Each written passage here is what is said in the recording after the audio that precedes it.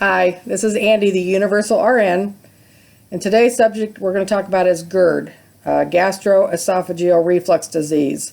A lot of people have seen that acronym, GERD, many places. You hear it on commercials, you hear your friends, your neighbors, your relatives talk about, oh, I've got GERD, I've had it for 100 years, so on and so forth. Today we're going to talk about what it is, what causes it, symptoms, what you can do about it if you suspect you have it, and doctor intervention. Now remember, anytime I talk about medicines or anything medical like this, consult your doctor and see what your doctor has to say. Don't just count on what I have to say as the gospel. But once again, I know a little bit about GERD. I personally suffer from it, and I have for many years, so I can talk on it with some authority. GERD occurs, you have a pipe that goes from your neck down to your stomach, and that's the esophagus. A lot of people know that, some people don't. At the very end of this tube, you have a flap that does this. And this flap separates your esophagus here. Your stomach is actually under your left breast. Most people think your stomach is down in your abdomen, which it is not. That is a misnomer. All your intestines, your colon, and all that are down there. So when you have gas and all those painful feelings, those are actually happening in your colon and your intestines. They're not happening in your stomach. Your stomach is actually clear up here under your left breast. Guys or girls, either way, that's where it's at. So this tube goes down and kind of curves just a little bit and hits the top of your stomach over here. And in between these two things, so at the end of this tube, is a flap. And the flap goes, the flap decides what, opens up so food and liquids can go in your stomach, and then it closes to protect that stuff from coming back up into your esophagus. Well, what happens after, for many reasons, obese people tend to have GERD tremendously because of the pressure the girth of their abdomen is putting on their stomach and their diaphragm, which is helping push stuff up. Alcohol abuse is a big one. Smoking actually makes that flap at the end boggy. Poor diet, abuse of NSAIDs, aspirin, Aleve, Motrin, all those things can nick and scar the esophagus and can actually nick and scar the whole GI tract, so that can affect that flap. Numerous reasons can affect that flap. But the moral of the story is that flap is affected, and that flap doesn't fix itself, and it never will. Once that flap is boggy, it's boggy for the rest of your life. So, symptoms of GERD, most people know the obvious ones. Oh my God, I have heartburn. Oh my God, I'm going crazy. This acid burning in my thing. Then that is most definitely a symptom of GERD. But there's some other ones that people don't realize. Choking is one of them. A lot of people feel when they're eating that they start choking, and they get panicky and they start reaching for people to help them. And they truly feel like they're choking. And the interesting thing is, it's a referred sensation. People with GERD are not actually choking up here, though that's what they feel. But the tip-off is, if you have those episodes but you can talk, you're not choking. That's a good thing, because if something was up here, it would be cutting off your windpipe too. People who feel like they're choking but can talk, what's happening is acid or food or what have you is coming down, coming up your esophagus from your stomach, because that flap is open, it's not doing its job, and it presses on the inside of the bottom of that esophagus, and it's a referred feeling. It presses on that, nerve endings and stuff shoot up the esophagus and make you feel like you have a sensation that you're choking when you're actually not. Your food's actually gone way down at this point. It's not sitting up here, though it feels like that. It's actually down here, but the acids and the food and whatever's coming up from below is kind of blocking it from going in. So you do feel like you're choking. You're not actually. It's a very uncomfortable feeling. I've had it myself. It's miserable, and you're scared to death, and your spouse panics and everybody panics because they see you panicking. But remember, as long as you can talk, you are not choking. That's just like CPR. They teach you, if you're doing this, they say, can you talk? That's one of the first things you ask somebody when you see them making the universal choking sign is, can you talk? If they can talk, they're not choking. So that's a symptom that some people have, and it's the only symptom they have. And they have no other, they don't even have the reflux of the acids and stuff that burn their throat. They just have a choking sensation almost every time they eat. Talk to your doctor. Is there any possibility that you have GERD and that's causing that problem? A lot of people, thousands a year, people go to the emergency room with chest pain. They're not really having chest pain. They're having pain in their chest. But remember, here's your stomach right under your breast, where a lot of people think their heart is. Your heart's actually right here, kind of above into the middle of your breast to the left side. But the pain's actually down here. And a lot of people, my patients will say, you know, I had really bad chest pain last night, blah, blah, blah. And whenever I ascertain their pain, I ask, describe it to me. What did it feel like? And where was the main sensation? And so many people tell me, oh, God, it was right here. I'm not telling you, you know, I would never be irresponsible enough to tell you that chest pain can't be down here. It would be highly unlikely chest pain would be down there. But this is stomach. This is your stomach right here. And so sometimes that acid, particularly with people who have a lot of damage to their esophagus from the foods they eat or alcohol or taking too much aspirin or whatever, it's pain. It is not just the reflux burning feeling. They actually have physical pain in their chest after they've eaten something or whatever, because the lining of their esophagus, the coating that protects it, a lot of it, that coating is gone, unfortunately, from the different abuses of different things or different uses even. So, you know, chunks of food and acid foods and those kind of things go down there, and it's just like rubbing salt on a wound in your skin. It hurts like hell when you do that, because you have a raw open area that should not be exposed to air, let alone you rubbing something in it. Your esophagus is the same way. When it's scarred up and pieces of tissue are missing inside of it, and you're sending liquids and foods down there of a particular type that are just naturally irritating, they're going to irritate that esophagus lining, and it's going to be painful. And so a lot of people have chest pain, or what they perceive as chest pain, and they run to the emergency room only to be diagnosed with GERD. That's all they have. You know, they run the EKGs and they do all the tests, and you know, a lot of times they won't do anything beyond that. If they rule out cardiac disease, they assume you have GERD, and oftentimes they'll either tell you to follow up with your doctor, or they'll send you home on some sort of GERD medication.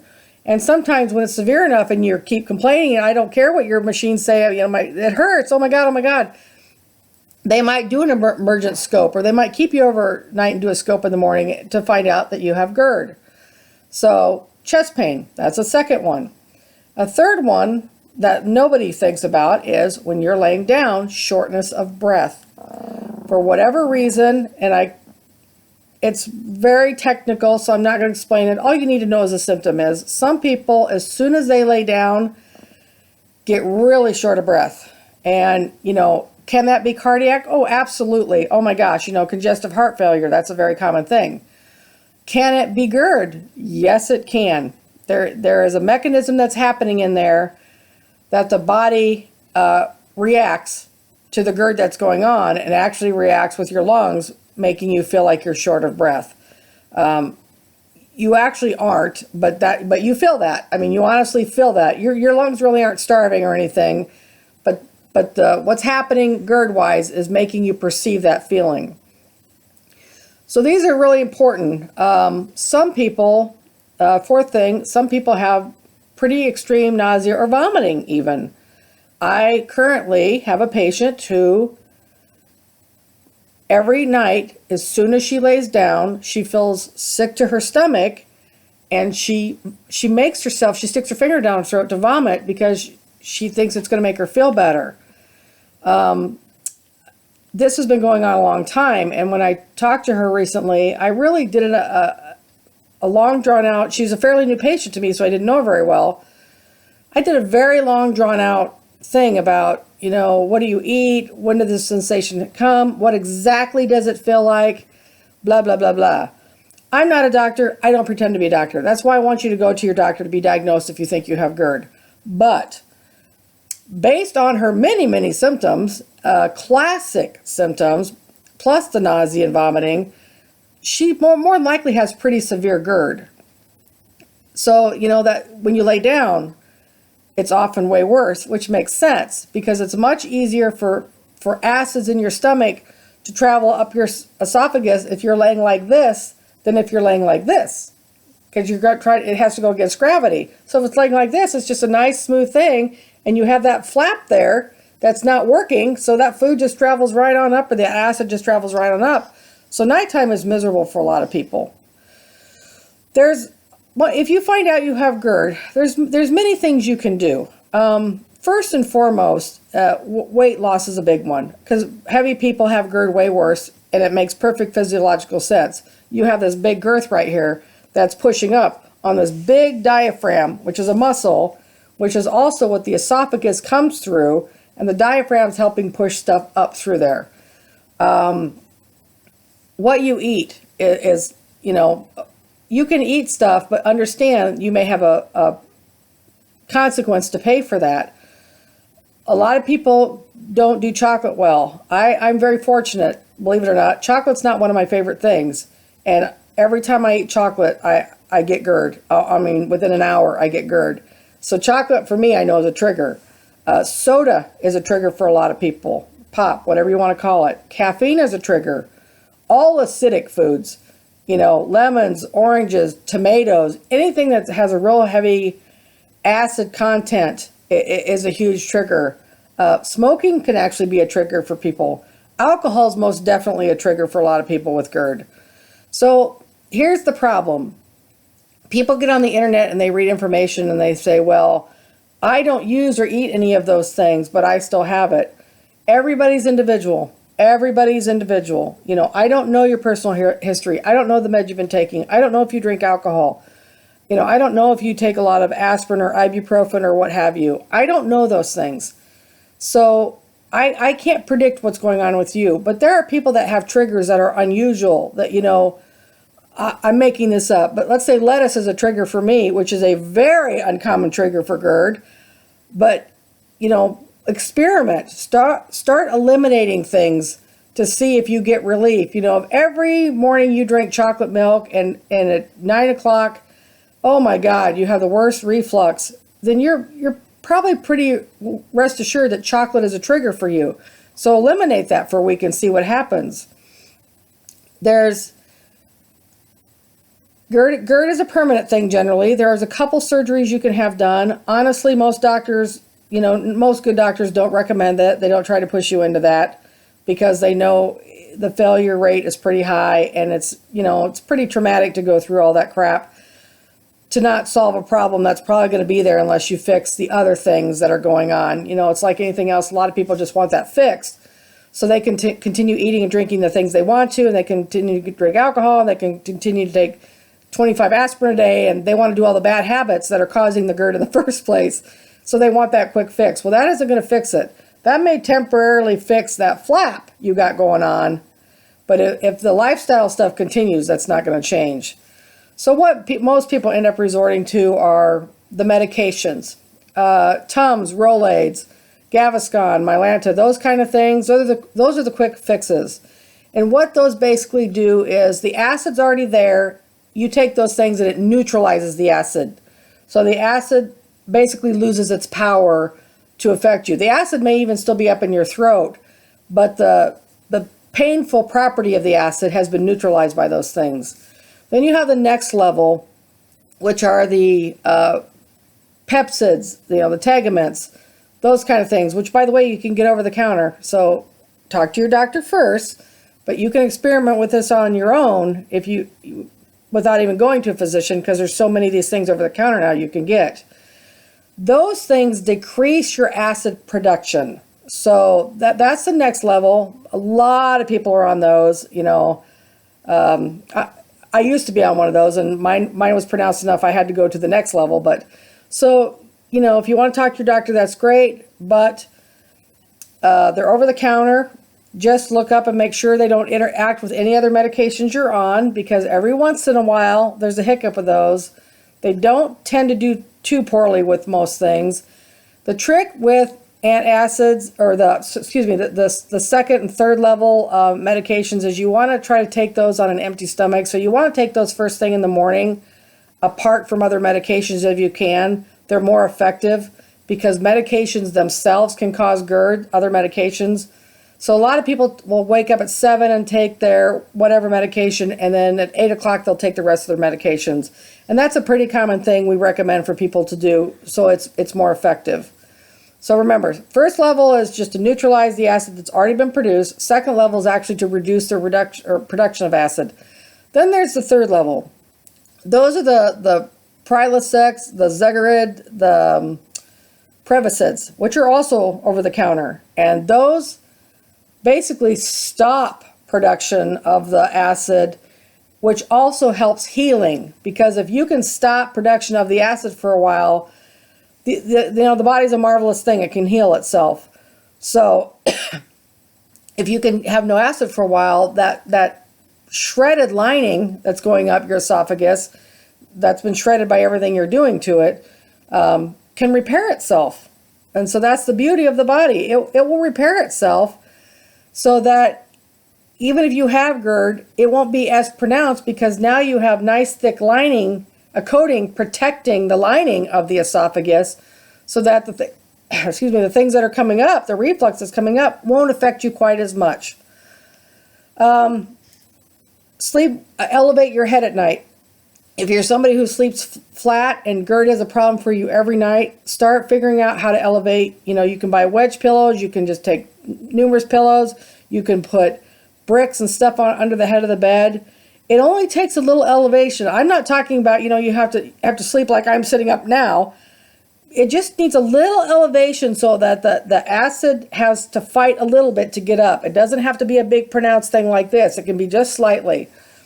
So those are things that you can do with GERD. So, once again, if you don't know, check with your doctor if you've been wondering.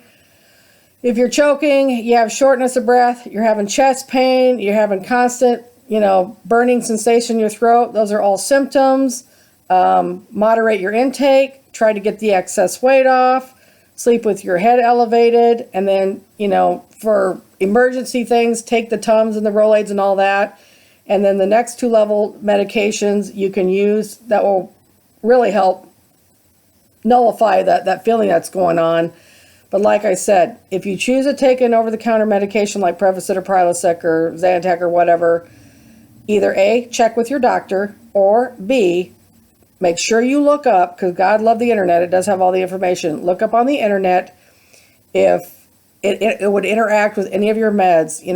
There's just type in med interactions, and it'll bring up tons of websites that you can put all your meds in to see, first of all, how they interact, and then if this one will interact with all those. So if you're wondering if you have GERD, there's some advice I'm giving you to maybe find out. If you do have GERD and nobody's talked to you about the things that you need to eliminate or worry about, then I hope that information was helpful. Remember, any suggestions, let me know what's going on. This video today was a suggestion from somebody who just recently discovered she had GERD and didn't know much about it. So that is for today. I hope it was helpful, and thanks for watching my videos, and I'll see you next time around. This is Andy, the Universal RN, signing off. Bye, guys.